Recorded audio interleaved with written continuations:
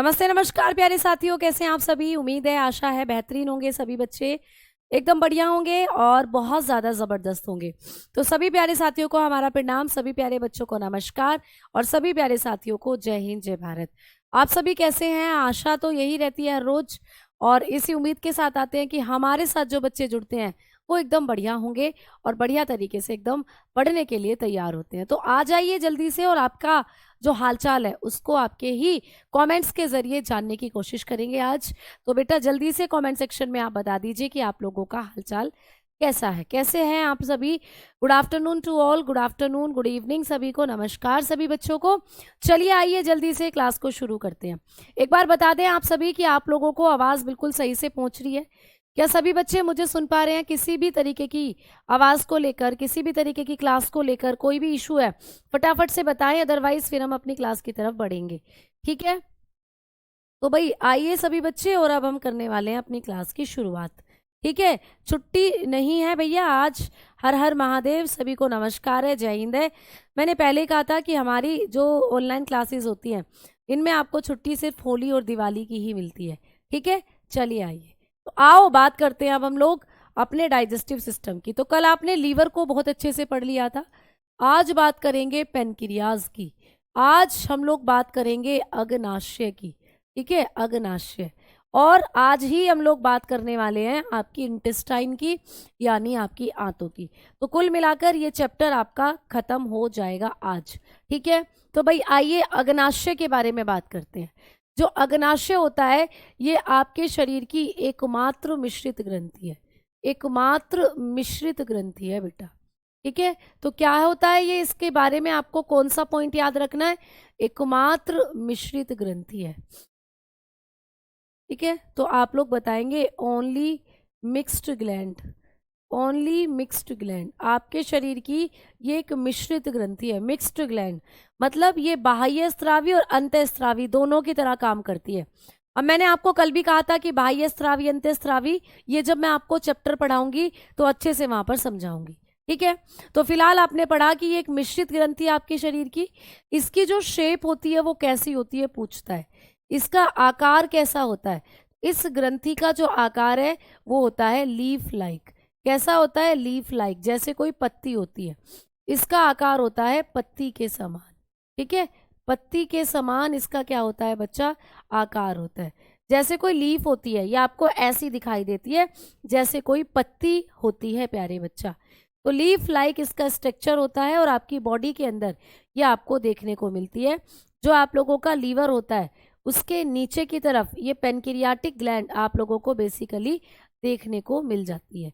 तो जब हम लोग हमारे सिस्टम की बात करते हैं, पाचन तंत्र की बात करते हैं, तो आपके पाचन तंत्र में आप जब इस डायग्राम को देखते हैं, इस डायग्राम को जब आप देखेंगे तो यहाँ ये जो आपको येलो कलर की इमेज नजर आ रही है, ये जो आप लोग देख पा रहे हो ये पीले पीले रंग की जो इमेज है ये आप लोगों की पेनक्रियाज होती है। ये क्या है बच्चा? ये है आप लोगों की अग्नाशय ग्रंथि। ठीक है, तो अग्नाशय ग्रंथि जो है ये आप लोगों को यहाँ पर दिख रही है, पत्ती के आकार की एक ग्रंथि है। तो आइए इसके बारे में और कौन कौन से फैक्ट्स हैं जो आपको एग्जाम में पूछे जाते हैं। तो बच्चा ये ग्रंथि जो होती है पाचन में जब मुख्य रोल निभाती है, तो मैम क्या क्या इस ग्रंथि से रिलीज होता है? तो बात करते हैं, इस ग्रंथि से निकलती हैं 3 चीजें। तो आ जाओ अगली स्लाइड में मैं आपको बताती हूँ कि अग्नाशय ग्रंथि जो होती है इससे कौन कौन सी चीजें निकलती हैं। अग्नाशय ग्रंथि क्या है भाई? इसको कहते हो आप लोग आपका अग्नाशय, सीधा सीधा लिख लेना अग्नाशय, पेनक्रियाज। ये जो पेनक्रियाज होता है जब इसकी हम पाचन में बात करते हैं तो इसके अंदर आपको 2 चीजें देखने को मिलती है। ये बनाती है भैया 2 चीजें, यहाँ आपको 2 चीजें देखने को मिलती हैं। कौन कौन सी 2 चीजें? कमेंट सबका आता है बेटा। ठीक है, ठीक है, मेरी कमेंट क्यों नहीं देखते हो आप सभी टीचर? तो भैया आज तो शिवम आपको खुश हो जाना चाहिए, भोलेनाथ की कृपा से आज आपका कमेंट जो है वो देख लिया है। क्लास नहीं चल रही है मैम जी, बैक स्क्रीन हो रही है। आशु यहाँ तो बिल्कुल मुझे सही दिख रहा है, मेरे पास कोई बैक स्क्रीन नहीं हो रही है। आप एक बार एप्लीकेशन से बाहर निकल कर दोबारा से क्लास को ज्वाइन कर लो। ठीक है, चलो अब देखो इधर। अब हमने बात करी कि आपकी पेनक्रियाज ग्लैंड निकालती है पेनक्रियाटिक जूस। क्या भैया? जूस, पेनक्रियाटिक जूस बनता है यहाँ। अच्छा, मुझे सारे बच्चे एक बात बताओ कि अभी तक आप लोगों ने कितने जूस पढ़ लिए, ये बताओ। ये बनाती है भैया अग्नाशयी रस। क्या बनाती है? अग्नाशयी रस। अभी तक मुझे बताओ आपने कुल मिलाकर पाचन तंत्र में कितने रस पढ़ लिए हैं? कितने रस पढ़ लिए हैं आप सभी बच्चों ने? बताओ। कुल मिलाकर, ठीक है, कितने ऐसे रस हैं जो आप लोगों ने पढ़ लिया है? ठीक है, बताओ भाई जल्दी से, है ना?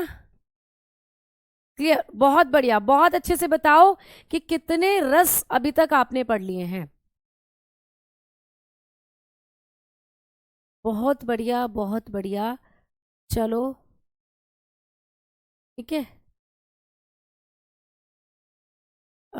2। तो देखो, कुल मिलाकर अभी तक आप इसको मिलाकर 3 रस पढ़ चुके हो। एक पेट में बना था जठर रस, जिसको कहते हो गैस्ट्रिक जूस। एक लीवर ने निकाला था पित्तरस, जिसको कहते हो बाइल जूस, कल पढ़ा था। और आज आप पढ़ने वाले हो क्या? Pancreatic juice. तो कुल मिलाकर 3 रस अभी तक आप पढ़ चुके हो। मैम, तो आपको पेपर में या हमें पेपर में क्वेश्चन आएगा कि अग्नाशयी रस कहाँ से निकलता है, कहाँ बनता है, तो आप आंसर लगा के आओगे कि अग्नाशय ग्रंथि जो होती है या हमारा जो पेनक्रियाज होता है वो बनाता है पेनक्रियाटिक जूस। और मैम दूसरा यहाँ पर क्या पढ़ना है? दूसरे यहाँ पर होते हैं एंजाइम। दूसरे यहाँ पर आप लोगों के बनते हैं एंजाइम। ठीक है, तो यहाँ पर आप लोगों के दूसरे बन रहे होते हैं एंजाइम। जैसे कि आपने अपनी लार में पढ़ा था, लार में 2 एंजाइम थे, लाइसोजाइम था, टॉलिन था। फिर पेट में 2 एंजाइम थे, रेनिन था, पेप्सिन था। फिर आपका लीवर तो कोई एंजाइम निकालता नहीं है। फिर आप लोग अब पढ़ रहे हो आपकी पेनक्रियाज से निकलने वाले एंजाइम। तो आइए, आपको यहां से प्रश्न बनेगा कि ये जो अग्नाशय रस होता है ये क्या है? तो अग्नाशय रस जो होता है इसका भी पीएच मान आपको पूछा जाता है, इसकी भी पीएच वैल्यू आपको पूछी जाती है। जैसे आपके मुख में जो लार थी भैया, मुख में जो लार थी उसका पीएच मान कितना था? सारे बच्चे बताओ। आपके मुख के अंदर जो सलाइवा निकल रही थी, आपके मुख में जो सलाइवा बनती है उसका पीएच मान कितना था? सारे बच्चे बताओ। फिर मैं आपको इसकी पीएच मान बताऊंगी, इसकी पीएच वैल्यू फिर मैं आपको बताऊंगी। फटाफट बताओ सारे बच्चे। आपके मुख में जो लार बन रही थी, है ना, उसका पीएच मान कितना था प्यारे बच्चे? ठीक है, देख लीजिए। फैन चल रहा है क्या भैया? फैन कहाँ चल रहा है? फैन नहीं चल रहा। ठीक है, बताओ जल्दी से। तो सिलेबस अभी तो शुरू ही हुआ है, खत्म ही कर दोगे क्या? अभी तो आपके सिस्टम जो बचे हुए हैं बहुत सारे, है ना, तो जल्दी से बताओ बेटा। आप लोग बताएंगे कि आपकी लार जो थी, बहुत कमेंट लेट कर रहे हो आप लोग। हाँ देखो 6.8 मुझे दिखा, 6.8 बिल्कुल। फिर आप लोगों ने पढ़ा था कि आपके पेट में बना था जठर रस, जठर रस का पीएच मान 1 से 3 था। फिर आपने लीवर से निकाला था पित्तरस, पित्तरस का जो पीएच मान था वो कितना था? आपने कहा मैम वो था 7 से लेकर 8.6। ठीक है, ये 7 to 8 उसको आप बोल सकते हो। अब बात कर रहे हैं हम लोग कि मैम पेनक्रियाटिक जूस जो होता है इसका पीएच मान कितना होता है? इसका पीएच मान आप लोग बताते हो 7.5 से 8.6 होता है। कितना होता है प्यारे बच्चों? 7.5 से 8.6। मैम क्या हुआ ये? तो ये भी क्षारीय होता है। ये भी क्या होता है? ये भी एल्केलाइन होता है। तो भैया ये भी एल्केलाइन है, पित्तरस की तरह ये भी क्षारीय होता है। ठीक है, तो इसके बारे में आपको इतनी चीजें पूछी जाएंगी। अब मैम ये जो पेनक्रियाटिक जूस होता है बेसिकली इसमें भी पानी होता है बिल्कुल, और इसमें घुले हुए होते हैं एंजाइम। तो पेनक्रियाटिक जूस में क्या क्या देखने को मिलता है? यहाँ पर आप लोगों को पानी देखने को मिलता है, भैया पानी है ये भी। ठीक है, पानी देखने को मिलता है और साथ में एंजाइम घुले हुए होते हैं।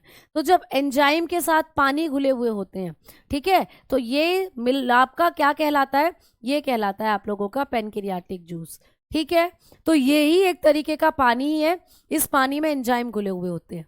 तो ये होता है आपका अग्नाशय रस। अब बात आती है कि मैम अग्नाशय रस के अंदर ये जो एंजाइम है ये कौन कौन से होते हैं और इन एंजाइम का काम क्या होता है? तो आपकी जो अग्नाशय ग्रंथि होती है इसमें पाए जाते हैं 3 एंजाइम। कौन कौन से? चलिए बात करते हैं। पहले नंबर पर यहाँ पर आपको देखने को मिलता है एक एंजाइम जिसका नाम होता है एमाइलेज। एमाइलेज एंजाइम यहाँ पर आपको मिलता है। कौन सा एंजाइम? एमाइलेज। ठीक है, एमाइलेज आपकी लार में भी पाया जा रहा था बेटा एमाइलेज, लेकिन उसका नाम था सेलेवरी एमाइलेज, जिसको आपने टोलिन के नाम से भी पढ़ा था। तो आपकी लार में भी था ये, लेकिन लार में इसको लारिया एमाइलेज कहते थे, लेकिन ये आपके पेनक्रियास से भी निकलता है भाई। तो पेनक्रियास से जब निकलता है तो इसका नाम केवल एमाइलेज होता है। और ये क्या करता है, इसके कार्य की बात करें तो ये कार्बोहाइड्रेट का पाचन करता है। भैया लार में भी ये यही काम कर रहा था मैम, कार्बोहाइड्रेट का पाचन। ठीक है, ये क्या कर रहा था, कार्बोहाइड्रेट का पाचन ही कर रहा था आपकी लार में भी। यहाँ भी ये कार्बोहाइड्रेट का ही पाचन करता है। ठीक है, तो इसका काम यहाँ पर भी क्या हो जाता है, digestion of carbohydrate, digestion of carbohydrate. तो ये यहाँ भी कार्बोहाइड्रेट का ही पाचन करता है। समझ में आ गई। तो आपको पेपर में पूछेगा कि हमारी अग्नाशय ग्रंथि से वो कौन सा हार्मोन निकलता है जो कार्बोहाइड्रेट का पाचन करता है। जैसे कि आज कई लोगों का व्रत होगा, है ना। अब कई लोगों का व्रत, बेटा डल गई पीडीएफ, अब डल गई होगी, मैंने देखा था डल गई पीडीएफ। ठीक है, एकता कह रही है कि मैम आप सुनते क्यों नहीं हो। भैया मुझे कोई बुला ही नहीं रहा, मैं सुनूं किसकी बात। एंजाइम का पीएच मान 7, एंजाइम का पीएच मान 7 नहीं बेटा, एंजाइम जो होते हैं वो तो आप लोगों का 5 से लेकर आपके शरीर में जो 8 पीएच रेंज होता है उस तक काम करते हैं। तो यहाँ पर ये जो आप लोगों का पेनक्रियाटिक जूस है इसका पीएच मान 7.5 से 8.6 होता है। ठीक है, क्लियर। अब देखो इधर हम लोग बात करते हैं। अब हम बात करेंगे कि आप लोग जैसे बादल चल रहे हो, ब्लैक बोर्ड ऐसा लग रहा है, लग सकता है, कोई बात नहीं, बादलों में बैठकर पढ़ रहे हो ऐसा समझ लो, है ना, बादलों में बैठकर पढ़ रहे हो। लार में जो टॉयलिन था उसी का दूसरा नाम था सेलेवरी एमाइलेज, वो भी कार्बोहाइड्रेट का पाचन कर रहा था। और आप लोगों की पेनक्रियास के पास जो है वो भी है प्यारे बच्चे एमाइलेज, तो ये भी कार्बोहाइड्रेट का ही पाचन कर रहा है, आपको पेपर में पूछा जाएगा। तो मैम एक एंजाइम तो ये हो गया, दूसरा एंजाइम, चलो आओ यहाँ पे जगह कम है, तो दूसरा एंजाइम जो निकलता है आपकी अग्नाशय ग्रंथि से वो हो जाता है, आप लोग बताकर चलते हो, जिसका नाम है लाइपेज, जिसका नाम है प्यारे बच्चे लाइपेज। तो आपको ये भी पूछेगा कि लाइपेज एंजाइम कहाँ से रिलीज होता है, तो लाइपेज एंजाइम भी आपकी अग्नाशय ग्रंथि से निकलता है। ठीक है, और क्या करता है, वसा का पाचन करता है। वसा बोले तो फैट, इसका काम होता है वसा का पाचन। आपको पेपर में क्वेश्चन आएगा कि आपकी अग्नाशय ग्रंथि से कौन सा ऐसा हार्मोन निकलता है जो वसा का पाचन करता है, तो हमारी अग्नाशय ग्रंथि से लाइपेज एंजाइम निकलता है जो वसा का पाचन करता है। ये क्या करता है बेटा, डाइजेशन ऑफ फैट, आप जो फैट खाते हो उसको डाइजेस्ट करता है। पितरस ने भी यही करा था, पितरस ने भी सेम यही काम करा था, उसने भी वसा का ही पाइसीकरण करा था, वसा का पाचन करा था उसने भी, पितरस ने भी।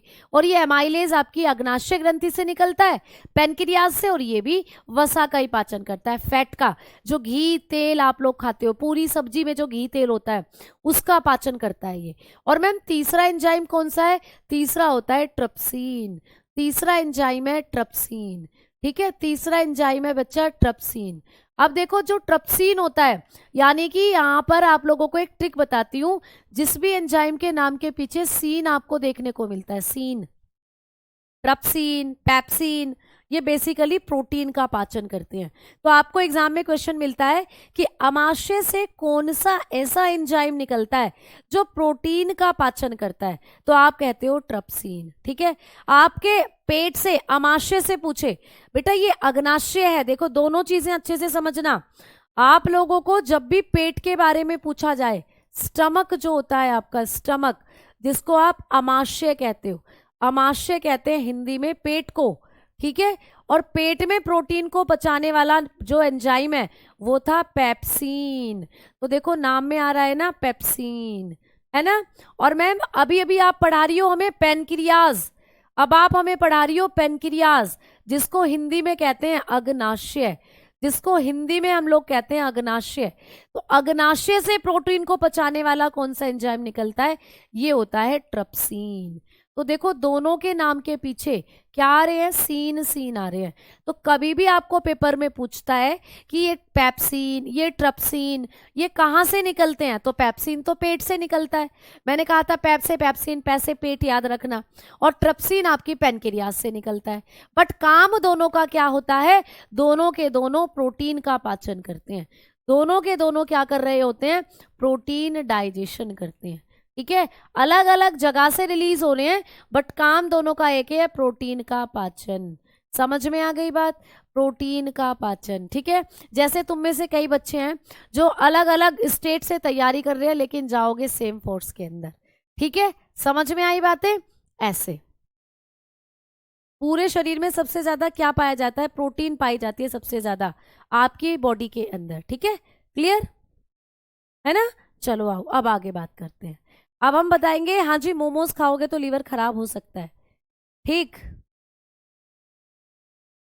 अब आ जाओ, अब आगे बात करते हैं कि प्रोटीन डाइजेशन जो होगा, प्रोटीन का जो पाचन होता है, अभी हमने पढ़ा कि पेनक्रियास से निकलता है ट्रिप्सिन नाम का एंजाइम जो कि क्या करेगा? प्रोटीन का पाचन। तो आपका डाउट आई होप क्लियर हो गया होगा, ये क्या करता है? प्रोटीन का पाचन। ठीक है, तो ये आपको ना जो सैटरडे में क्विज होती है वहां पर क्वेश्चन मिला भी होगा। अब आपने जब इसको पढ़ा नहीं था लेकिन अब पढ़ लिया है, अब गलती आप उसमें नहीं करोगे। तो ये करता है डाइजेशन ऑफ प्रोटीन, इसका काम होता है डाइजेशन ऑफ प्रोटीन। ठीक है, तो यहां पर भी आप लोगों ने क्या करा? प्रोटीन का डाइजेशन करा है। ठीक है, तो इतनी चीजें आप लोगों को किससे पढ़नी थी? पेनक्रियाज से। इतना पॉइंट है जो आपको पेनक्रियाज ग्रंथि से पढ़ना था प्यारे बच्चा। आ जाओ अब चलते हैं आगे की तरफ। अब पेनक्रियाज के बाद बात आती है आप लोगों की किसकी प्यारे साथियों? HCl and mucus. HCl and mucus क्या हुआ प्यारे बच्चे? HCl और म्यूकस तो आपके पेट में पाए जा रहे थे, है ना? हाँ जी बिल्कुल, पेट में मिलते हैं वो आप लोगों को। अब आ जाओ आगे बात करते हैं कि अब आप लोग बताएंगे कि मैडम जी हमारा जो अगला पाचन की प्रक्रिया में यूज होने वाला ऑर्गन है वो होगा इंटेस्टाइन। तो आते आपके पास दो होती हैं। सबसे पहले हेडिंग डालेंगे स्मॉल इंटेस्टाइन, छोटी आंत। तो सबसे पहले पढ़ेंगे छोटी आंत। आ जाइए भाई, हेडिंग डालेंगे छोटी आंत, जिनका हमें बहुत दिनों से इंतजार था कि अब हमारे भोजन का फाइनल डाइजेशन कहाँ होगा। तो आओ भाई छोटी आंत के बारे में बात करते हैं। पहला पॉइंट, छोटी आंत की लंबाई पूछी जाएगी भाई कितनी होती है? आपके शरीर में जो आपकी छोटी आंत है इसकी लेंथ कितनी होती है? ठीक है, तो छोटी आंत की जो लेंथ होती है आप बताकर चलते हो 6 से 6.5 मीटर होती है। आपकी छोटी आंत जो होती है वो 6 से 6.5 मीटर होती है। वास्तव में लंबाई छोटी आंत की ज्यादा होती है। फिर मैम इसको छोटी आंत क्यों कहते हैं? इसको तो बड़ी आंत कहते हैं, कहना चाहिए था बेटा। इसको छोटी आंत इसलिए कहते हैं क्योंकि ये पतली होती है, ये पतली होती है। ठीक है, तो ये मोटाई के आधार पर छोटी आंत बड़ी आंत कही जाती है। तो छोटी आंत की लंबाई वास्तव में ज्यादा है लेकिन वो पतली है, इसीलिए उसको छोटी आंत कहते हैं। बड़ी आंत की लंबाई कम है लेकिन वो मोटी है, इसीलिए उसको बड़ी आंत कहते हैं। ठीक है, तो याद रखोगे इस कॉन्सेप्ट को। आओ आगे बात करते हैं। छोटी आंत जो होती है इसके अंदर क्या होता है? तो आप लोग बताएंगे भोजन का पूर्ण पाचन होता है। भोजन का पूर्ण पाचन छोटी आंत में होता है, ये क्वेश्चन आपको पूछा जाता है।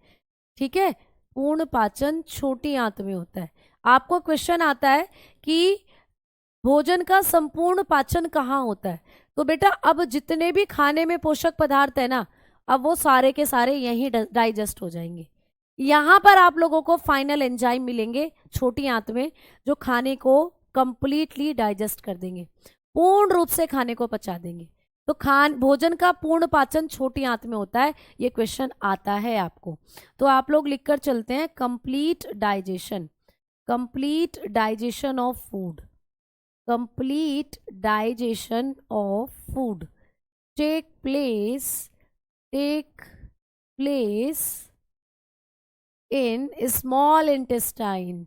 तो छोटी इंटेस्टाइन जो होती है, स्मॉल इंटेस्टाइन जो होती है, इसी में होता है, छोटी आंत में ही होता है भोजन का पूर्ण पाचन। ठीक है, आप लोग बताकर चलेंगे कि जो छोटी आंत होती है इसमें होता है भोजन का पूर्ण पाचन। यानी अब खाना फाइनली छोटी आंत में पच जाएगा, पचकर तुम्हारे खून में मिल जाएगा और खून से कोशिकाओं तक पहुंच जाएगा। और अब उसके बाद मल जो होगा वो आपकी बड़ी आंत से खिसकता हुआ गुदा के रास्ते बाहर। आओ आगे बात करते हैं कि मैम इसके कितने भाग होते हैं छोटी आंत के? तो छोटी आंत के 3 भाग होते हैं बेटा। आपकी जो छोटी आंत है ये 3 भागों में बटी होती है। ठीक है, तो लिखेंगे इट हैव 3 पार्ट्स। आपकी जो छोटी आंत है ना इसके 3 पार्ट होते हैं बालको। कितने पार्ट होते हैं जल्दी बताओ? छोटी आंत के कितने पार्ट होते हैं? 3 भाग होते हैं। ठीक है, मुल्तानी मिट्टी खाओगे तो बेटा वो जम जाती है, एक जगह बैठ जाती है, तो वो आपके पेट में बैठ जाती है, तो इसीलिए कई बार बोलते हैं कि पेट में जम गई है, उससे दर्द होता है ना। वो छोटी आंत बड़ी होती है और बड़ी आंत छोटी होती है। हाँ जी, तो छोटी आंत जो होती है वो पतली है और लंबी है, तो पतली की वजह से उसको छोटी कह देते हैं। बड़ी आंत मोटी है और छोटी है, लेकिन मोटाई की वजह से उसको बड़ी आंत कह देते हैं, है ना। तो ऐसा समझो कि आपने बात करी है यहाँ पर कि आप लोग बताकर चलते हो कि आप लोगों की जो बड़ी आंत होती है प्यारे बच्चे, इसके लंबाई जो होती है वो आपकी क्या होती है? ज्यादा होती है। ठीक है, तो इसकी जो लंबाई होती है ना बेसिकली वो क्या होती है? बड़ी आंत की तो कम, छोटी आंत की ज्यादा होती है। तो जैसे कि अगर मैं आपको यहाँ पर बताऊं कि मान लो ये आपकी जो है, ऐसे समझकर चलना, ये आप लोगों की हो जाती है छोटी आंत। ठीक है, और अगर मैं यहाँ पर कहूँ ये आप लोगों की हो जाती है बड़ी आंत। तो ये हो गई आपकी छोटी आंत जो कि आपको नैरो दिख रही है, पतली दिख रही है। ठीक है, जो आपकी छोटी आंत है बेसिकली ये आपको कैसी दिख रही है? पतली, लेकिन लेंथ ज्यादा है इसकी, लेंथ ज्यादा है इसकी, लंबाई ज्यादा है। लेकिन ये है बड़ी आंत। बड़ी आंत जो होती है ये आप लोगों की क्या होती है? थोड़ी सी मोटी होती है, लेकिन हाइट में छोटी होती है। तो ये लार्ज इंटेस्टाइन है आप लोगों की, लार्ज इंटेस्टाइन है। और जो नीचे की तरफ है ये लार्ज है और ये हो जाती है स्मॉल इंटेस्टाइन। ठीक है, समझ में आ रही है ना बातें? ये आपकी स्मॉल इंटेस्टाइन हो जाती है। अब आ जाओ, आप समझ गए होंगे। अब छोटी आंत के जो 3 भाग हैं इनके बारे में बात करते हैं। पहले मैं आपको दिखा दूं कि आपकी जो छोटी आंत होती है बेसिकली वो कैसे आपकी बॉडी के अंदर होती है। देखो, है ना, ये तुम हो, ये तुम हो, तुम, ये तुम्हारा डायग्राम है। तो भैया यहाँ पर ये जो मैं आपको पिंक कलर दिखा रही हूँ, ये जो मैं आपको पिंक कलर दिखा रही हूँ, ये आपकी छोटी आंत है। देखो, ये पूरी आप लोगों की छोटी आंत है। ये पूरी की पूरी जो आपको दिख रही है ये छोटी आंत है। और मैम जो आप लोग हमें या आप हमें यहाँ पे ब्लैक कलर दिखा रही हैं, ये है हमारी बड़ी आंत, ये है आप लोगों की बड़ी आंत। तो ये तो आप लोगों की बड़ी आंत है प्यारे बच्चे, बड़ी आंत है। ठीक है, और ये जो आपको पिंक कलर से नजर आ रही है ये आपकी छोटी आंत होती है, स्मॉल इंटेस्टाइन है ये। ठीक है, तो मैम छोटी आंत के 3 हिस्से होते हैं, कौन कौन से हिस्से होते हैं छोटी आंत के? तो आइए अब बात करते हैं छोटी आंत के 3 भाग कौन कौन से हैं। तो आइए हेडिंग डालेंगे, parts of small intestine, parts of small intestine. तो आप लोगों की जो स्मॉल इंटेस्टाइन है इसके पार्ट कौन कौन से होते हैं? छोटी आंत के भाग। ठीक है, छोटी आंत के भाग। तो भैया किस किस बच्चे को पता है छोटी आंत के भाग कितने होते हैं? 3 होते हैं, अभी बताया, हमें तो पता है। कौन कौन से होते हैं? पहले नंबर 1 पर होती है ड्यूडेनम, ड्यूडेनम। कौन सा होता है पहला भाग? ड्यूडेनम होता है। ठीक है, ड्यूडेनम होता है पहला भाग, जिसको आप लोग ग्रहणी कहते हो, ग्रहणी। अब ग्रहणी तो तुम्हारे घर में भी रहती हैं, तुमने कई बार पढ़ा होगा कि कितनी कुशल संपन्न ग्रहणी है। मतलब गृहिणी घरों में भी होती हैं, औरतों को बेसिकली गृहिणी कह देते हैं, लेकिन गृहिणी आपकी छोटी आंत का सबसे पहला भाग है। तो आपकी छोटी आंत 3 हिस्सों में बटी होती है, जहां पर आपने सबसे पहले भाग को पढ़ा गृहिणी। दूसरा भाग होता है आपकी छोटी आंत का जेजुनम, जेजुनम, जीजा जी से याद रखना, जेजुनम। ठीक है, इसको कहते हैं मध्य आंत, ये बीच वाला भाग है तो इसको मध्य आंत कह देते हैं। जेजू, जेजू, कई बार जेजू जीजू जीजू करती है ना लड़कियां, जीजू, तो मतलब जेजू जी आप लोग याद रख लेना, है ना। जेजूनम जिसको कहते हैं आपकी बड़ी आंत का मध्य भाग, यानी आपकी मध्य आंत है।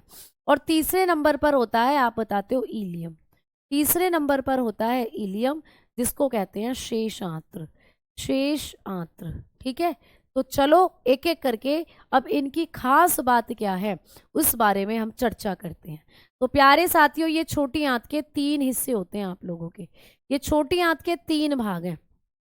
ठीक है ना, छोटी आंत के 3 भाग। बेटा पीडीएफ मैं नहीं डालती हूँ ना, मैं पीडीएफ बनाती हूँ, पीडीएफ बनाने वाले बच्चे होते हैं।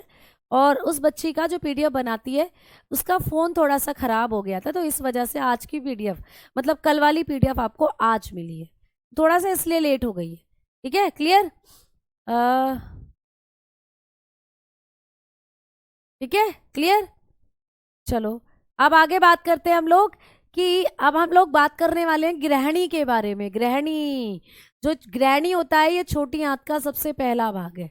याद करोगे और लिखोगे, छोटी आंत का प्रथम भाग। आप लोगों की जो छोटी आंत है उसका प्रथम भाग है, सबसे पहला भाग है। ये होता है first part of small intestine. Question आ जाए कि हमारी स्मॉल इंटेस्टाइन का सबसे पहला भाग कौन सा होता है, तो बताओगे आपका ड्यूडेनम यानी ग्रहणी, है ना। ग्रहणी जो होता है ये सबसे पहला भाग है। एनसीईआरटी में तो 4 है, नहीं भैया 4 नहीं होते, आपकी छोटी आंत के 3 ही भाग होते हैं। ठीक है, अब देखो सबसे पहला भाग कौन सा होता है, ड्यूडेनम, ग्रहणी। अब ग्रहणी को हम लोग प्रयागराज के नाम से भी जान सकते हैं। कैसे, जैसे अभी तुम्हें पता है कुंभ का जो मेला है वो लगा हुआ है इलाहाबाद में, जिसका पुराना नाम इलाहाबाद था, अब उसको प्रयागराज कहते हो। तो वहां पर 3 नदियों का संगम होता है, तभी तो उसको त्रिवेणी संगम कहते हैं, है ना। 3 नदियां वहां पर आपकी मिलती हैं, गंगा जमुना सरस्वती। तो जब उनके आप देखते हो तीनों नदियां, एक इधर से आ रही है, एक इधर से आ रही है, एक सामने से आ रही है, आकर मिल जाती हैं। तो वैसे ही छोटी आंत के इस भाग में हमारे शरीर के अंदर से 3 तरीके के रस आकर यहाँ गिरते हैं। तो आपके शरीर का प्रयागराज है ये, ऐसा समझ लो। कैसे, क्योंकि यहाँ से 3 तरीके के रस हैं जो आपके पेट में आकर, आपकी आंत में आकर गिरते हैं। तो कौन कौन से 3 रस हमारी ड्यूडेनम में आकर गिरते हैं, आपको पूछता है। तो मैंने कल भी बताया था, आपके लीवर ने जो बाइल जूस बनाया बेटा, बाइल जूस, आपके लीवर में जो पित्तरस बना था वो भी यहीं आकर गिरेगा। पित्तरस जो आपके लीवर में बना था वो भी यहीं आकर गिरेगा भैया। आपके पेनक्रियाज में जो अभी अभी पेनक्रियाटिक जूस बना था वो भी यहीं आकर गिरेगा। अभी मैंने बताया था ना कि पेनक्रियाटिक जूस भी बनता है, अग्नाशय रस बोलते हैं जिसको, तो ये अग्नाशय रस भी इसी में आकर गिरता है प्यारे बच्चे। ठीक है, अग्नाशय रस भी इसी में आकर गिरता है।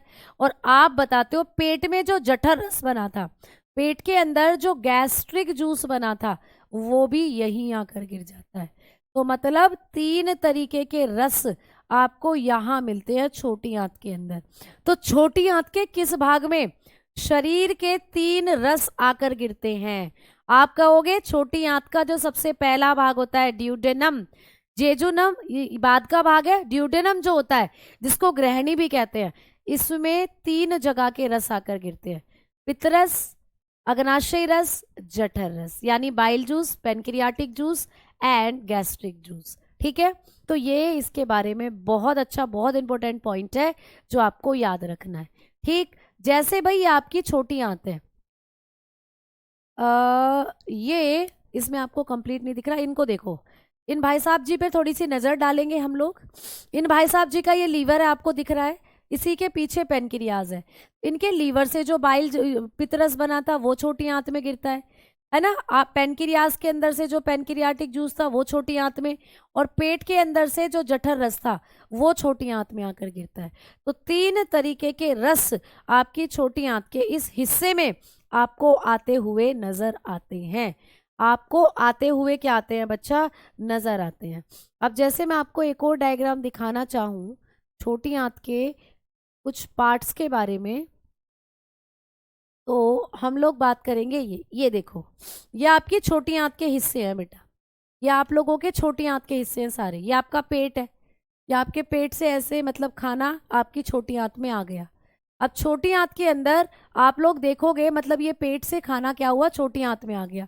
तो ये वाला हिस्सा आपकी छोटी आंत का सबसे पहला भाग है जिसको आप लोग ग्रहणी कहते हो, ग्रहणी।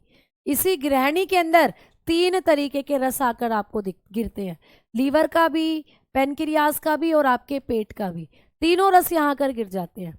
फिर ये खाने को आगे पहुंचा देता है जेजुनम वाले पार्ट में। तो जेजुनम जो होता है ये आप लोगों का क्या हो जाता है, मध्य आंत है, बीच वाली आंत। फिर ये जितना भी आपको रेड रेड दिख रहा है ये जेजुनम है, और जेजुनम से खाना खिसक कर पहुंच जाता है यहाँ इलियम में। ये रहा इलियम। इलियम होता है शेषांत्र, जो आपकी आंत्र का सबसे लास्ट पार्ट है। छोटी आंत का सबसे अंतिम भाग होता है शेषांत्र। अब जो खाना आपका एब्जॉर्ब होगा ना वो यहीं होगा, यहीं होगा। खाने के साथ चमत्कार, यहीं से सारा खाना डाइजेस्ट होकर आपके खून में मिल जाता है। कैसे मिलता है, तो चलिए आइए बात करते हैं। अब एक बार मैं आपको एक चीज और बता देना चाहती हूँ। आपको एक क्वेश्चन आता है कि छोटी आंत का सबसे बड़ा और सबसे छोटा भाग कौन सा है। भाई 3 भाग है छोटी आंत के, आपने पढ़ा है ना। ग्रहणी होता है, मध्य आंत होता है, जेजुनम जिसको मैं आप लिखवा चुकी हूँ मध्य आंत, मध्य आंत होता है प्यारे बच्चे, और आप बताते हो शेषांत्र। इन तीनों में सबसे बड़ा सबसे छोटा भाग कौन सा है, तो ये होता है सबसे छोटा भाग। ये होता है बच्चा सबसे छोटा भाग। ये आपकी छोटी आंत का सबसे छोटा भाग है, ठीक है। ये छोटी आंत के भाग हैं, तो उनमें सबसे स्मॉलेस्ट पार्ट जो होता है वो कौन सा होता है, आप बताते हो। ये स्मॉलेस्ट पार्ट है, ठीक है, स्मॉलेस्ट पार्ट। ग्रहणी जो है सबसे छोटा है, देखो कितना सा दिख रहा है ग्रहणी, जो कितना छोटा सा पार्ट है, बस ये है ग्रहणी, है ना। और सबसे बड़ा पार्ट जो होता है, ये आपको जो कत्थई से कलर में दिख रहा है, ये सबसे बड़ा है शेषांत्र। तो ये छोटी आंत का सबसे बड़ा भाग होता है। ये क्वेश्चन आ जाता है, सबसे बड़ा भाग। तो छोटी आंत का सबसे छोटा भाग और सबसे बड़ा भाग कौन सा है, तो आप लोग बताते हो। सबसे छोटा तो ये हो जाता है ड्यूडेनम, और सबसे बिगेस्ट पार्ट जो होता है ये हो जाता है शेषांत्र, ठीक है। स्टमक के पार्ट्स मैडम जी, बेटा स्टमक जो होता है आप लोगों का, क्लास पढ़ते पढ़ते क्यों एंड हो जाती है। कई बार ये एप्लीकेशन में आता है बेटा इशू कि आप पूरा नहीं कर पाते, वो क्लास बंद हो जाती है। तो उस पोर्शन को आप फिर रिकॉर्डेड में देख सकते हो पीछे जाकर, क्योंकि एंड स्ट्रीमिंग से 5 मिनट पहले जो क्लास होती है वो स्टॉप हो जाती है कई बार। तो एप्लीकेशन के अंदर ही आता है इशू, इसमें हम कुछ नहीं कर सकते बेटा, ठीक है। तो ये पॉइंट आपका क्लियर हुआ। छोटी आंत का सबसे बड़ा भाग ग्रहणी होता है डेडुनम, छोटी आंत का सबसे छोटा भाग ग्रहणी होता है डेडुनम, और सबसे बड़ा भाग होता है इलियम यानी कि शेषांत, ठीक है। अब बात करते हैं कि मैम जब यहाँ तीनों तरीके के एंजाइम आकर मिल गए तो यहाँ से खाना खिसक गया मध्य आंत में। मध्य आंत में खाने का कोई पाचन नहीं होता, वहां खाना आपका रखा रहेगा कुछ टाइम के लिए, 1 घंटे के लिए, 1.5 घंटे के लिए, फिर ये खाने को पहुंचा देती है शेषांत्र में। अब शेषांत्र में जाकर खाने के साथ क्या क्या होता है, तो भैया आओ अब कहानी पढ़ते हैं कि छोटी आंत का जो सबसे अंतिम भाग है, सबसे लंबा भाग होता है शेषांत्र, इसके बारे में कैसे क्वेश्चन आएंगे। तो आइए बात करते हैं शेषांत्र की, बात करेंगे शेषांत्र की। हम लोग हेडिंग डालेंगे इलियम। ये जो बड़ी आंत का इलियम, छोटी आंत का जो इलियम भाग होता है ना, इसमें चमत्कारी चीजें होती हैं बेटा। तो आप लोगों को मैंने कहा कि आपकी छोटी आंत का सबसे बड़ा भाग तो ये है ही, आप जान चुके हो। इसमें क्या होता है तो बताओगे, इसमें आंतरीय रस पाए जाते हैं। इसके अंदर आप लोगों को आंतरीय रस पाए जाते हैं बेटा, इसमें पाए जाते हैं आंतरीय रस। देखो कितना अच्छा क्वेश्चन है, आंतरीय रस। अब देखो मुझे बता दो टोटल अभी तक आप कितने रस पढ़ चुके हो। पितरस आपके पेट में बना था, जठर रस पितरस आपके लीवर ने बनाया था, जठर रस आपके पेट में बना था, पैनक्रियाटिक जूस अग्नाशय रस पैनक्रियाज ने बनाया, और अब चौथा रस पढ़ रहे हो आप आपके शरीर का, चौथा रस है आंतरीय रस। ये कहाँ बनता है, छोटी आंत में। छोटी आंत के किस भाग में, शेषांत्र में। तो इसमें आंतरीय रस पाए जाते हैं, इंटेस्टाइन जूस कहते हो जिसको, intestinal juice, intestinal juice found here. यहां पर आपको इंटेस्टाइनल जूस देखने को मिलते हैं, है ना। अब मैम ये इंटेस्टाइनल जूस जो होते हैं ये क्या है, तो ये भी पानी है बेटा, ये भी पानी है। जो आपने पानी पिया वो आपकी आंतों में गया, तो ये भी पानी है। और मैम इस पानी में क्या घुले हुए हैं, एंजाइम घुले हुए हैं। तो पानी और एंजाइम का मिश्रण है ये भी, यहाँ पर भी वाटर है और साथ में एंजाइम है। तो मैम कौन कौन से ऐसे एंजाइम होते हैं जो हमारी छोटी आंत के शेषांत्र वाले भाग में पाए जाते हैं। तो आइए बात करते हैं कि मैडम जी ये जो आंतरीय रस होता है इसमें कौन कौन से एंजाइम हमें देखने को मिलते हैं। तो आपकी छोटी आंत के अंदर पाए जाते हैं इंटेस्टाइनल जूस यानी आंतरीय रस, और छोटी आंत के भी किस हिस्से में पाए जाते हैं, शेषांत्र में पाए जाते हैं। शेषांत्र के अंदर ये जो आंतरीय रस है ये क्या है, तो ये पानी और एंजाइम का मिश्रण है, पानी और एंजाइम का मिश्रण है। पानी के बारे में तो कुछ नहीं पढ़ना, एंजाइम बताओ कौन कौन से हैं। इसमें पाए जाते हैं 5 एंजाइम बेटा। आंतरीय रस में सबसे ज्यादा एंजाइम होते हैं, तभी तो बाल को यहाँ पर खाने का कंप्लीट डाइजेशन होता है, तभी तो यहाँ खाना पूर्ण रूप से पचा दिया जाता है एंजाइमों की मारामारी द्वारा। एंजाइम खाने की ये हाल कर देते हैं खाने का कि भैया खाने को फिर पचना ही पड़ता है। इतना बारीक कर देते हैं ये एंजाइम खाने को कि भैया खाने को पचकर खून में मिलना होता है और खून के जरिए आपकी बॉडी की कोशिकाओं में पहुंचना होता है। ठीक है। अब एक बच्चा कह रहा है जेजूनम तो रह गई। बेटा मैंने कहा था कि जेजूनम में कोई पाचन नहीं होता, जेजूनम से कोई क्वेश्चन नहीं आता। जेजूनम जो है इसको बस ये याद रखना है कि ये आपकी आंत का मध्य भाग होता है। देखो मैंने आपको अभी अभी बताया था कि ये आपकी आंत का बस मध्य भाग है, इसमें कोई पाचन नहीं हो रहा, यहाँ कोई ऐसे एंजाइम नहीं बन रहे हैं जिनको आपको पूछा जाएगा पेपर में। बस ये क्या कर रही है, ड्यूडेनम से खाने को इलियम में पहुंचाने का काम कर रही है ना। तो जेजूनम मध्य आंत है, ये खाने को क्या करती है, जो ड्यूडेनम होता है ड्यूडेनम से खाने को इलियम में पहुंचाने का काम करती है। बस खाने को शेषांत्र तक पहुंचाने का काम करती है ग्रहणी से। तो खाना जब ग्रहणी से पहुंचेगा शेषांत्र में तो वो मध्य आंत के जरिए होता हुआ पहुंचता है। बस इतनी सी बात आपको पढ़नी है ना। तो आप लोगों को मैंने अभी पूछा था 4 रस, 4 रस अभी तक आप पढ़ चुके हो। हाँ जी, तो बहुत बढ़िया। अभी तक तुम्हारे पास यही कमेंट चल रहा है क्या? क्लास लेट आपके पास तक पहुंच रही है क्या जो मैं पढ़ा आपको पूछ रही हूँ? तो भाई आपने कहा कि यहाँ पर ग्रहणी का काम क्या, ये जो जेजूनम है इसका काम क्या होगा, ग्रहणी से खाने को शेषांत्र तक पहुंचाना। अब हम शेषांत्र के बारे में पढ़ेंगे क्योंकि यहाँ से क्वेश्चन बनेंगे। जो आपकी शेषांत्र होती है बालको, इसके बारे में आपको पढ़ना है कि इसमें कौन कौन से एंजाइम पाए जाते हैं। इसमें 5 एंजाइम पाए जाते हैं। 5 कौन कौन से, चलिए बात करते हैं। पहले नंबर पर यहाँ मिलता है इरप्सिन। इरप्सिन। अब आप सारे बच्चे मुझे बताओ कि इरप्सिन जो होता है ये किसका पाचन करता है, बताओ। सारे बच्चे बताएंगे फटाफट। आपकी जो छोटी आंत है, छोटी आंत का जो सबसे अंतिम भाग है शेषांत्र, इसमें बनते हैं आंत्रीय रस। आंत्रीय रस होते हैं पानी और एंजाइम का मिश्रण। तो पानी के बारे में तो कुछ नहीं पढ़ना, पढ़ने हैं एंजाइम की पानी के साथ कौन से एंजाइम मिले हुए हैं। तो 5 एंजाइम मिले हुए हैं, इसमें सबसे ज्यादा एंजाइम मिले हुए हैं क्योंकि यहीं पर फाइनली डाइजेशन होगा खाने का। तो ये 5 एंजाइम में सबसे पहला एंजाइम है इरप्सिन। मैम ये इरप्सिन क्या काम करता है, इसका नाम देखो, इसका नाम, और बहुत अच्छे से बताओ कि ये क्या काम करता है फटाफट। ठीक है, फटाफट 1 सेकंड रुकना भाई, 1 सेकंड रुक जाना। एक कमेंट है जो मुझे देखना है।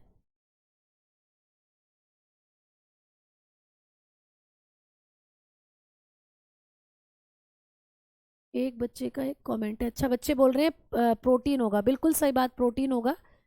बट एक कमेंट था भाई भाग गया, मैं उसे देखना चाह रही थी लेकिन चला गया क्योंकि कमेंट तो एकदम से दौड़ते हैं ना।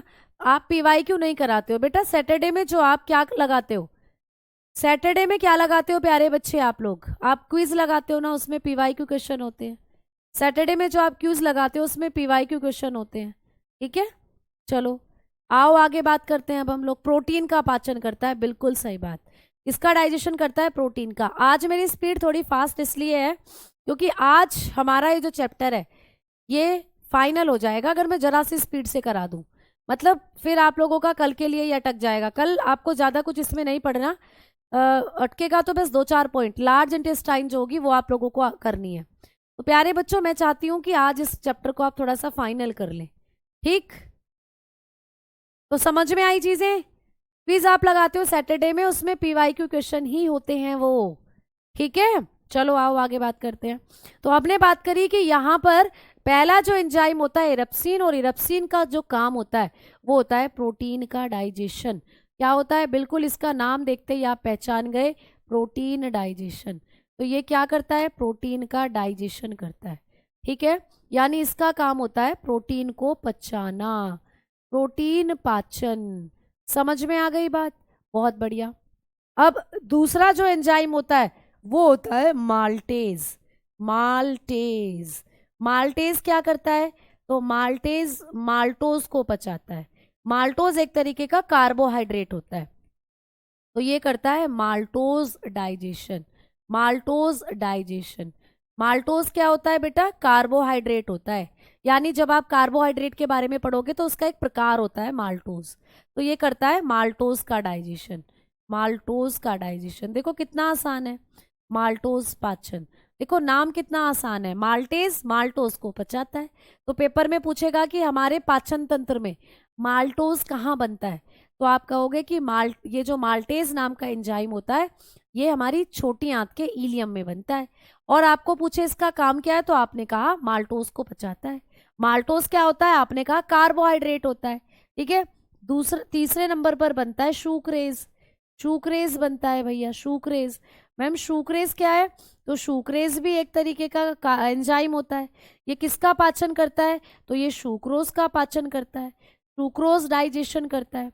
सुक्रोज क्या है मैम? तो ये भी एक कार्बोहाइड्रेट है, तो ये सुक्रोज का डाइजेशन करता है। इतना आसान। आपको पूछे कि हमारी छोटी आंत में सुक्रोज को पचाने वाला एंजाइम कौन सा होता है, तो आप बता देते हो सुक्रेज होता है सुक्रोज को पचाने वाला एंजाइम। ठीक है, ये सुक्रोज का डाइजेशन करता है, सुक्रोज का पाचन करता है। सुक्रोज भी क्या होता है? एक तरीके का कार्बोहाइड्रेट होता है। ठीक है, एक तरीके का कार्बोहाइड्रेट होता है बच्चों। तो 3 तो आपने यहाँ लिख लिए, चौथा मैं आपको अगली स्लाइड पे लिखवाने वाली हूँ क्योंकि यहाँ जगह नहीं है। तो आओ चौथा एंजाइम कौन सा पाया जाता है आपके आंतरीय रस में, इसकी बात करते हैं। तो चौथा एंजाइम होता है भैया लैक्टेज। जो चौथा एंजाइम होता है वो होता है लैक्टेज। लैक्टेज। अब आधे बच्चे तो यही इसको पहचान गए होंगे कि लैक्टेज क्या करता है? लैक्टोज का पाचन करता है। तो लैक्टेज क्या करता है बालको? लैक्टेज लैक्टोज का पाचन करता है, लैक्टोज डाइजेशन। मैम लैक्टोज क्या होता है? दूध में पाई जाने वाली कार्बोहाइड्रेट या दूध की शर्करा। दूध की प्रोटीन तो रेनिन ने पचा दी थी, पेट में जो बन रहा था रेनिन। अब दूध में जो शर्करा है, दूध में जो कार्बोहाइड्रेट है, उसको पचाया है लैक्टोज ने। तो ये क्या करता है? लैक्टोज। आप लोगों का लैक्टेज जो है ये लैक्टोज का डाइजेशन करता है, लैक्टोज का पाचन, लैक्टोज का पाचन। ठीक है, तो बालको ये आप लोग डिटेल में तब लिखोगे, यानी कि लैक्टोज क्या होता है, तो जब मैं आपको कार्बोहाइड्रेट वाला चैप्टर कराऊंगी तो वहां एक बार फिर से इनका जिक्र आएगा। अभी जस्ट हम पाचन कर रहे हैं, तो पाचन के पॉइंट ऑफ व्यू से चीजों को लिखते चल रहे हैं। ठीक है ना। और मैम 5वें नंबर पर कौन सा होता है? तो 5वें नंबर पर यहाँ भी लाइपेज होता है। 5वें नंबर पर यहाँ पर भी पाया जाता है लाइपेज, जो आप लोगों के अग्नाशय से भी निकल रहा था, है ना, आपकी पेनक्रियास से भी तो निकल रहा था लाइपेज। क्या कर रहा था फटाफट बताओ वहां पर, ये सारे बच्चे बताओ कि जब आप लोगों ने लाइपेज को पढ़ा तो लाइपेज आपका अग्नाशय ग्रंथि निकाल रही थी, पत्ती के जैसी ग्रंथि। तो ये लाइपेज वहां पर किसका पाचन कर रहा था, ये बताओ, किसका पाचन कर रहा था ये बताओ बेटा। मैम आंतों में भोजन का किस प्रकार की गति होती है? आंतों में भोजन पर केमिकल प्रोसेस होता है प्यारे बच्चे, रासायनिक गति द्वारा जो भोजन है, रासायनिक वहां पर केमिकल्स जो होते हैं वो काम करते हैं, और आंतें जो होती हैं आप लोगों की भोजन को पचा रही होती हैं। ठीक है, तो बताओ जल्दी से। मैम लिख नहीं पाया तो बिल्कुल लिख लो, अभी तो मैं आपको रिवाइज भी कराऊंगी चीजें, तो आप लोग इसको देख लेंगे। तो देखो आपकी छोटी आंत में, जो छोटी आंत का सबसे अंतिम भाग है शेषांत, उसमें पाए जाते हैं आंतरीय रस, इंटेस्टाइनल जूस। इंटेस्टाइनल जूस में 5 एंजाइम मिले होते हैं। पहले नंबर पर है इरप्सिन, नाम देखते ही पहचान लिया, प्रोटीन का पाचन करेगा। फिर होता है माल्टेज, माल्टोज का पाचन करेगा। फिर होता है सुक्रेज, सुक्रोज का पाचन करेगा। माल्टोज सुक्रोज क्या है? कार्बोहाइड्रेट है। फिर उसके बाद होता है लैक्टेज, लैक्टोज का डाइजेशन करेगा। लैक्टोज दूध का कार्बोहाइड्रेट है, दूध में पाया जाने वाला कार्बोहाइड्रेट। और भैया लास्ट है लाइपेज, और लाइपेज आप पहले ही जान चुके हो वसा का पाचन करता है। तो अमाशय में भी वही कर, अग्नाशय जो था आपका पेनक्रियाज, वहां भी वही काम कर रहा था, और यहाँ भी वो यही काम करेगा। तो ये करता है वसा का पाचन। तो फाइनली ये ऐसे एंजाइम है जो कंप्लीटली डाइजेशन कर रहे हैं अब हर चीज का। यहाँ पर क्या होता है? फैट डाइजेशन, फैट का डाइजेशन यहाँ पर हो जाएगा। तो देखो आपके खाने में कार्बोहाइड्रेट होता है, आपके खाने में फैट होता है, आपके खाने में प्रोटीन होती है। ये 3 पोषक पदार्थ को पचाने वाले एंजाइम ही हमारे शरीर में होते हैं। अब देखो ध्यान से देखना, इरप्सिन ने तो प्रोटीन का कर दिया पूर्ण पाचन, पूर्ण पाचन कर दिया भैया, प्रोटीन को कंप्लीटली डाइजेस्ट कर दिया। प्रोटीन यहाँ पर कंप्लीट हो गई भैया डाइजेस्ट। प्रोटीन जो है अब नहीं बची, अब प्रोटीन कंप्लीट डाइजेस्ट हो गई। मैम ये जो माल्टोज है, सुक्रोज है, और मैडम जी ये जो लैक्टोज है, ये सब होते हैं कार्बोहाइड्रेट, ये सब है कार्बोहाइड्रेट। तो बच्चा कार्बोहाइड्रेट भी कंप्लीट डाइजेस्ट, ठीक है, ये कार्बोहाइड्रेट है जो कि कंप्लीट डाइजेस्ट हो गए आपकी आंत के अंदर, ठीक है। तो इन तीनों ने मिलकर कार्बोहाइड्रेट को खल्लास कर दिया, कार्बोहाइड्रेट का पाचन कर दिया, और मैम वसा का पाचन कर दिया कंप्लीटली लाइपेज ने। तो यहाँ पर हो जाएगा वसा का पूर्ण पाचन, वसा का पूर्ण पाचन। तो अब देखो सारी चीजों का पाचन यहाँ कंप्लीट हो गया है ना, सारी चीज जो है वो कंप्लीटली क्या हो गई, डाइजेस्ट हो गई बेटा, ठीक है, कंप्लीट डाइजेशन ऑफ फैट। तो सारी की सारी चीजें कंप्लीट पच गई। एक बार फिर से देखें, प्रोटीन कंप्लीट पच गई, हाँ जी मैम, कार्बोहाइड्रेट जो होते हैं ये कंप्लीट पच गए, हाँ जी मैम, और वसा जो है ये कंप्लीट पच गई। इसीलिए तो कहते हैं कि जो छोटी आंत होती है इसके अंदर भोजन का पूर्ण पाचन होता है। छोटी आंत जो होती है इसीलिए तो कहा जाता है कि छोटी आंत में भोजन का पूर्ण पाचन हो जाता है, क्योंकि छोटी आंत के अंदर कंप्लीट कार्बोहाइड्रेट भी पच जाएगा, कंप्लीट डाइजेस्ट कार्बोहाइड्रेट भी, और कंप्लीट फैट, सब कंप्लीट पच जाते हैं। विटामिन को पचाने वाला कोई एंजाइम ही नहीं है हमारे शरीर में। विटामिन तो लीवर में स्टोर हो जाती है, जहाँ लीवर आपने पढ़ा तो लीवर में ही वो जाकर स्टोर हो जाती है, ठीक है। और प्यारे बच्चे आप लोगों के शरीर में सिर्फ ये 3 पोषक पदार्थ हैं जिनके पाचन के लिए एंजाइम बनते हैं, कार्बोहाइड्रेट, प्रोटीन और वसा। इन सब का कंप्लीट डाइजेशन हो गया आपकी छोटी आंत के अंदर। अब क्या होगा, ये सारे के सारे पोषक पदार्थ इतने छोटे तरीके से अब पच चुके हैं कि ये सब खून में मिलाए जाएंगे। अब मैंने आपको पढ़ाया था ना, मैंने आप लोगों को बताया था ना बेटा, स्पीड अब तो ज्यादा नहीं है बेटा, बिल्कुल भी। अब तो आप लोग बिल्कुल एकदम चीजों को एकदम सही चल रहे हो बेटा। अब स्पीड बिल्कुल भी ज्यादा नहीं है। मैं एक एक कॉन्सेप्ट को ही देखो, मैं आपको एक एक कॉन्सेप्ट को कम से कम 4-4 बार रिपीट कर कर कर पढ़ा रही हूँ। तो स्पीड अब बिल्कुल भी ज्यादा नहीं है। मैंने आपको यहाँ पर ये कॉन्सेप्ट लिखवाया, तो प्रोटीन का पाचन लिखवाया, माल्टोज, सुक्रोज और भैया लैक्टोज, ये सब अभी के अभी मैंने 2-3 बार आपको बार बार स्लाइड दिखाकर समझाए हैं। तो अब तो स्पीड बिल्कुल भी ज्यादा नहीं है। थोड़ा सा आप बढ़ो मेरे साथ और बहुत अच्छे से चीजों को पढ़ो फिर, ठीक है। हाँ जी, हाँ जी शिवानी बेटा बहुत बहुत शुक्रिया, शिवम बहुत बहुत शुक्रिया। अब देखो इधर सुनो, अब आप लोगों ने क्या करा कि सारे के सारे पोषक पदार्थ जो थे आपकी छोटी आंत में कंप्लीट डाइजेस्ट हो गए।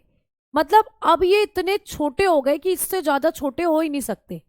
अब इतने छोटे हो गए कि ब्लड में आसानी से घुल जाएंगे।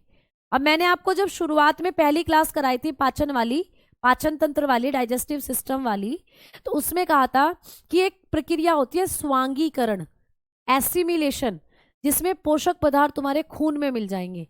तो भैया अब बारी आ गई है, अब वो घड़ी आ गई जिसका तुम्हें था इंतजार, जिसके लिए दिल था बेकरार, वो घड़ी आ गई आ गई। तो अब पाचन को कंप्लीट कराकर सारे पोषक पदार्थों को खून में मिलाना है। अब आ जाओ मिला देते हैं खून में। मैम खून में कहाँ से मिलते हैं? तो ये काम भी छोटी आंत ही करती है, ये काम भी आप लोगों का छोटी आंत करती है। मैम कैसे करती है छोटी आंत? देख लो, ये रही आपकी छोटी आंत, है ना। तो इस छोटी आंत के अंदर पाई जाती हैं हजारों उंगली के जैसी संरचनाएं। देखो अभी अभी आपको आपकी छोटी आंत दिखाई थी, तो देखो ये छोटी आंत में है उंगली के जैसी संरचना, ये रही देखो, ये है उंगली के जैसी संरचना, ये रही देखो कितनी सारी है, ये रही आपकी छोटी आंत जो होती है ना, उसके अंदर हजारों उंगली के समान संरचनाएं हैं, जिनको कहते हैं हम विलाय। क्या कहते हैं प्यारे बच्चे? जिनको हम लोग विली कह देते हैं, या हिंदी में रसांकुर कह देते हैं भैया। क्या कह देते हैं? रसांकुर। अरे भैया मैंने गाना गा दिया, गलत हो गई, ठीक है, ये गलत हो गई। आप बहुत अच्छे से समझना, क्योंकि कई बालक तो ऐसे हैं कि ये कहते हैं टेलीग्राम में कई बच्चे कि मैम आप गाना मत गाया करो। तो ठीक है भैया, इसीलिए मैं पढ़ाने पर ही ज़्यादा ध्यान दे रही हूँ। ठीक, आओ आगे बात करते हैं। समझ आ जाता है, बाद में भूल जाते हैं, तो चीज़ों को रिवाइज करते रहा करो बेटा, ठीक है, नहीं भूलोगे। ठीक है, अब देखो, अब ये आपकी छोटी आंत है, और छोटी आंत के अंदर क्या होता है, हजारों उंगली के जैसी संरचनाएं, है ना। जैसे ये आपको स्ट्रक्चर दिख रही है, ये क्या करती हैं, यही करती हैं एब्जॉर्प्शन ऑफ न्यूट्रिएंट। तो अब देखो, आओ अब आपको मैं दिखाती हूँ कि आपकी छोटी आंत में देखो ये रही, ये आप लोगों की विलायें, ये दिख रही है, देखो ऐसा नहीं लग रहा कितनी सारी उंगलियां एक साथ हो। तो ये छोटी आंत की अंदर है, आपकी छोटी आंत के अंदर, छोटी आंत एक गुफा है ऐसे समझ लो, और उस गुफा के अंदर ये उंगलियों जैसी संरचनाएं हैं ऐसे ऐसे। तो जब खाना डाइजेस्ट हो जाता है पूर्ण रूप से, तो ये अपने अंदर उस खाने को ले लेती हैं। तो मान लो ये खाने के पार्टिकल हैं, इन खाने के अंदर जब ये पूरे पच गया खाना, तो सारे पोषक पदार्थ इनके अंदर चले जाते हैं, सारे पोषक पदार्थों को ये एब्जॉर्ब कर लेती हैं, और एब्जॉर्ब कर कर कहाँ भेज देती हैं, आप लोगों के खून में मिला देती हैं, क्योंकि इनके अंदर छोटी छोटी इस तरीके से धमनी और शिराएं होती हैं। दिख रहा है, ये आप लोगों की धमनी है नीले रंग में, लाल रंग में जो दिख रही, ये नीले रंग में शिराएं हैं, लाल रंग में जो दिख रही हैं ये धमनियां हैं। इनके अंदर होती हैं धमनी और शिरा, ठीक है, छोटी छोटी धमनी होती हैं, छोटी छोटी शिरा होती हैं। धमनी और शिरा आप पढ़ चुके हो, छोटी छोटी वेन होती हैं, छोटी छोटी आर्टरी होती हैं। तो जब इन्होंने पोषक पदार्थों को अपने अंदर ले लिया, तो सारे पोषक पदार्थ अब ये धमनी और शिराओं में डाल देती हैं। धमनी और शिराएं इनको आपके अंगों तक सप्लाई कर कर आती हैं। तो ये आपको पेपर में क्वेश्चन आता है कि छोटी आंत के अंदर वो कौन सी संरचना है जो भोजन का अवशोषण करती है। ऐसे देखो, ऐसे ये है छोटी आंत का डायग्राम, और देखो ये गुफा जैसी स्ट्रक्चर है, और इस गुफा जैसी स्ट्रक्चर में ही आपको दिखाई देंगी ये विलायें। ऐसे इसके अंदर ये हजारों विलायें होती हैं जो खाने के पोषक पदार्थों को निचोड़ लेती हैं, और इसमें छोटी छोटी रुधिर वाहिकाएं होती हैं, नालियां सी रुधिर की, उनमें ये निचोड़ निचोड़ कर जाता रहता है पूरा पोषक पदार्थ, और पूरा ब्लड आपकी बॉडी में सप्लाई कर देता है पोषक पदार्थों को। तो अब आपको लिखना है कि जो ये विलायें होती हैं बेटा, इनका क्या काम होता है। तो आ जाओ, अब बात करते हैं छोटी आंत के अंदर जो विलायें हैं इनके बारे में, ठीक है। तो अब हेडिंग डालेंगे रसांकुर, रसांकुर या विलायें जिसको आप कहते हो, ठीक है। चलो, ये क्या है बेटा, अंगुली के समान संरचनाएं, ये होती है अंगुली के समान, अंगुली के समान संरचनाएं, ये हैं अंगुली के समान संरचनाएं, ठीक है। ये आप लोगों की क्या होती है, फिंगर लाइक स्ट्रक्चर है, जैसे फिंगर्स होती हैं, फिंगर्स लाइक स्ट्रक्चर। ये क्या काम करती हैं, तो ये अवशोषण के लिए सतही क्षेत्रफल को बढ़ाती हैं। इनके इनके बारे में लिखना, ये पोषक पदार्थों के अवशोषण के लिए ये क्या करती हैं, पोषक पदार्थों का अवशोषण, पोषक पदार्थों के अवशोषण के लिए। पोषक पदार्थ कौन से थे, वही थे विटामिन, कार्बोहाइड्रेट, फैट, तो उन सब के अवशोषण के लिए, ठीक है, अवशोषण के लिए सतही क्षेत्रफल, सतही क्षेत्रफल को बढ़ाती है। मतलब आपकी जो वो होती है इंटेस्टाइन, उनके एरिया को बढ़ाती हैं ये, कि ज़्यादा से ज़्यादा आपकी आंतें उन पोषक पदार्थों को एब्जॉर्ब कर सके, ज़्यादा से ज़्यादा खाने में पोषक पदार्थ निचोड़कर आपके शरीर में जा सके। तो ये क्या करती है, पोषक पदार्थों के अवशोषण के लिए सतही क्षेत्रफल को बढ़ाती हैं। बेटा ये PYQ क्वेश्चन है, ठीक है, ये आपको पूछा गया था विलाई के ऊपर, इंपॉर्टेंट है, लिख रही हूँ, ठीक है। तो ये आप लोगों को पेपर में पूछा था कि छोटी आंत में जो विलाई जैसी संरचनाएं होती हैं ये क्या काम करती हैं, तो ये पोषक पदार्थों के अवशोषण के लिए सतही क्षेत्रफल को बढ़ाती हैं। तो इनका काम होता है इंक्रीज्ड, इनका काम होता है बच्चा increased surface area, surface area for absorption, for absorption, ठीक है, एब्जॉर्प्शन ऑफ न्यूट्रिएंट्स। तो जो न्यूट्रिएंट्स होते हैं उनके एब्जॉर्प्शन के लिए ये सतही क्षेत्रफल को बढ़ाने का काम करती है, जो विलायें होती हैं। अच्छा, कई बच्चों को एक डाउट रहेगा कि विलाई कहाँ होते हैं, तो बेटा ये छोटी आंत में ही होती है, छोटी आंत के अंदर ही होती है विलाई। और छोटी आंत के भी किस भाग में होती है, ये आपकी स्मॉल इंटेस्टाइन की बात चल रही है।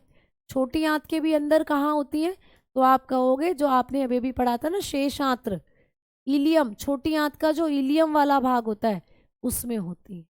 ठीक है, तो छोटी आंत का जो सबसे अंतिम भाग है इलियम, इसी में होती है प्यारे बच्चे। ठीक है, क्लियर।